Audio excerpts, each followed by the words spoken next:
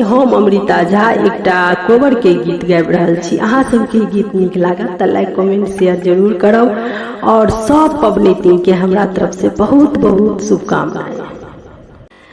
एकही पलंग सेज पिया संग सुतलौं, हार मोरा गेल हेराई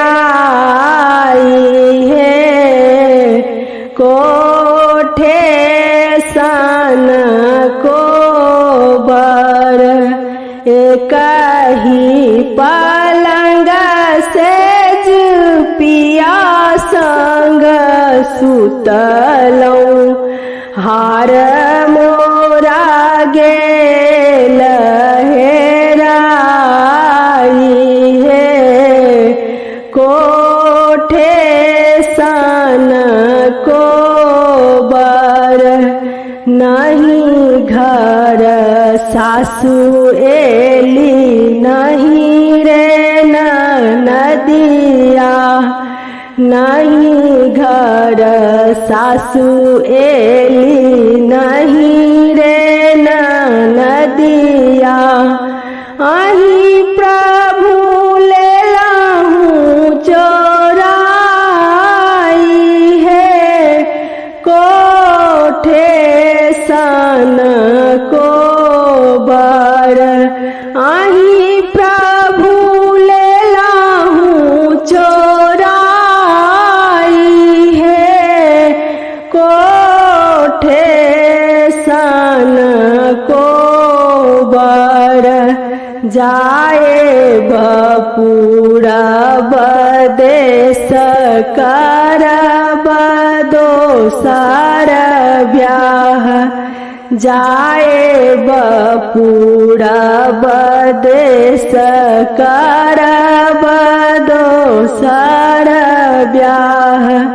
हार तोरा देब मंगाई हे, कोठे सन कोबर। जूनी तोहे जाहू प्रभु, ओही रे पूरब देश।